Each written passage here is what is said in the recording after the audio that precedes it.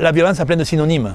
L'agressivité, l'ardeur, le tempérament, le courage, la générosité, la vaillance, le pas pédé, tu vois, tous ces synonymes-là jusqu'au plus ordinaire. Il y a tout un univers comme ça dans le monde rugbyistique, métaphorique, sur tout ce qui sera la sacralisation du courage, le rudoyant. La violence, c'est la transgression des lois. Voilà.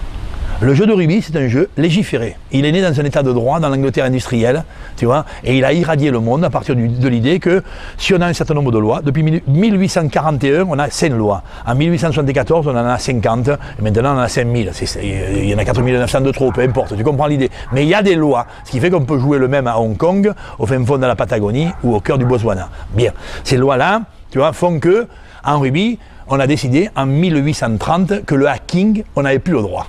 Tu vois, le croche-patte dans la tête, on n'avait plus le droit. Le coup de pompe dans les guibolles, c'était interdit. Voilà, bon, on a décidé, à partir de 1871, que la fourchette, c'était pas bon. C'était pas humain. On a décidé que la cravate, en 1920, tu vois, la cravate, au niveau de la gargante, c'était moyen. Tu vois. On a décidé que le coup de genou dans la tempe, c'était encore bon jusqu'à 1995, par exemple. Donc, le genou dans la tempe. Tu vois, le coup de courge dans la côtelette sur un mec au sol, hop, on a décidé que donc, il y a des lois. En fonction de ces lois, le rugby, il est maçonnique. S'il est maçonnique, il est pensé pour on peut construire et détruire. On peut bâtir et user. On peut mettre ensemble ces deux problématiques dans l'aventure humaine pour créer du lien et des frères.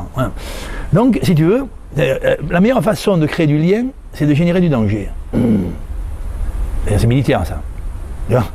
Pour générer du danger, on a inventé un jeu où il y a du danger. Quand tu rentres sur un terrain de rugby, tu ne sais jamais comment t'en sors. Mais comme il y a du danger, le solitaire va devenir obligatoire. On va penser des règles qui vont inviter au solidaire. Au solidaire, pas au solitaire. Hein. J'ai fait un lapsus tout à l'heure. Au solidaire. La règle, c'est pour aller vers l'avant où il y a le danger, tu le regardes le danger. Ne t'en éloigne jamais.